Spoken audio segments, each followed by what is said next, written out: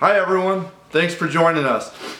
This is Coffee with Bill and I'm Bill. I just want to take a moment before we really get into the meat and potatoes of what we're going to talk about today and show off this pretty neat little coffee mug. I'm not sure if you can see it real clear, but this coffee mug used to be my grandfather's and I inherited it when he passed, and I cherish this cup. I drink coffee out of it quite often.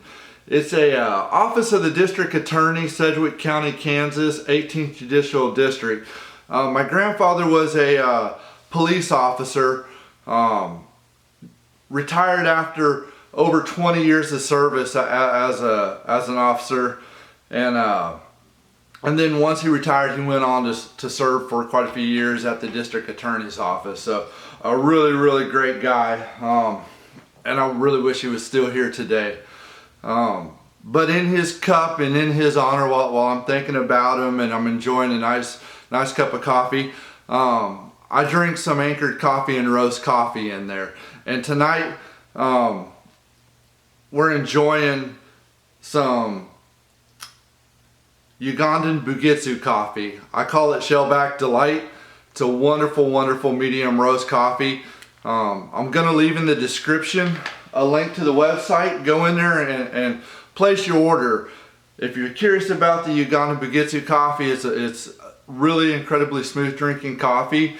You're gonna get notes of fig, a little bit of oatmeal cookie. You're gonna get a little cocoa and caramel. Very low acidic bite to it. Incredibly smooth, great drinking coffee. So go check it out. The website will be in the description. What we're going to talk about today is coffee in early America. It's kind of a time frame that a lot of people really just don't know how coffee came to be. So coffee got here, or it's kind of credited as getting here with Captain John Smith. He was a British soldier that came to the New Americas to set up Jamestown Colony in Virginia. Tea was the prevalent drink of choice. Coffee was not very popular. It was actually kind of picking up popularity over in Great Britain, but in America, no one really had much of a desire for it. They drank tea. Tea was kind of the cultural custom of the time to drink. So Captain John Smith brought it here to Jamestown, really got it kind of cultivating and going, and people started slowly turning to coffee. They weren't 100% bought into it by any means, but it was starting to gain a little bit of traction. So fast forward to 1670, there was a lady by the name of Dorothy Jones. She's the first lady recorded in Boston in the Massachusetts area as having a license to have a coffee house. She set up a coffee house to sell coffee and kind of really started getting coffee going and moving throughout the colony. From there, coffee really didn't gain traction until about the mid-1700s. Mid-1700s, people started enjoying coffee, really started kind of refining it, learning kind of a little bit of the brewing or the roasting process, the brewing of it, and started actually kind of reap the benefits of the flavors that coffee, that we all know coffee has. So in 1773, everybody knows the Boston Tea Party.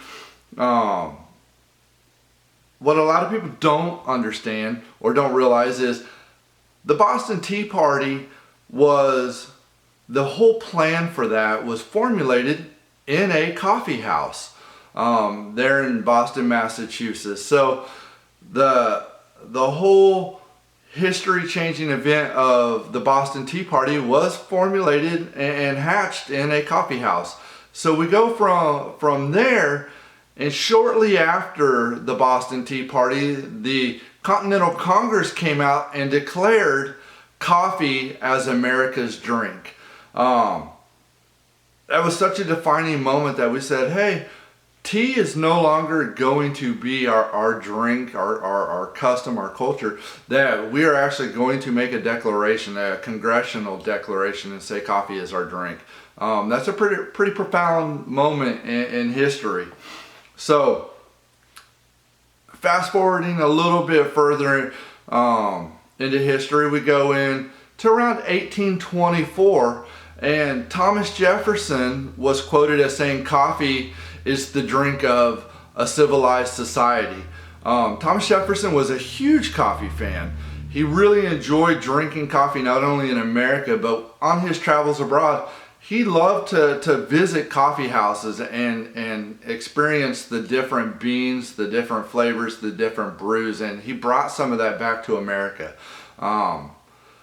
So there really is a very rich and ingrained thread of coffee throughout the early American formation, and how a lot of events transpired in early American history were hatched with coffee and or in a coffee house. So I thought I'd share those neat little tidbits. They're ones you don't necessarily hear all the time, but they're really neat, and it's really neat to see how coffee was important and an integral part of early American life. So with that, I want to say until next time, enjoy a great cup of coffee.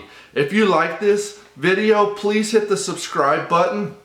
Click the bell so you get a notification when we post a new video. We're planning on posting videos Monday, Wednesday, Friday. We may throw in an extra video on the weekend, but Monday, Wednesday, Friday is going to be our normal schedule from there. So I hope that you guys subscribe. I hope that you guys hit the notifications to get the alerts. And also, if you like us, share the link, share our channel with your family and friends, because we'd love to have them come join us too. So until next time, enjoy.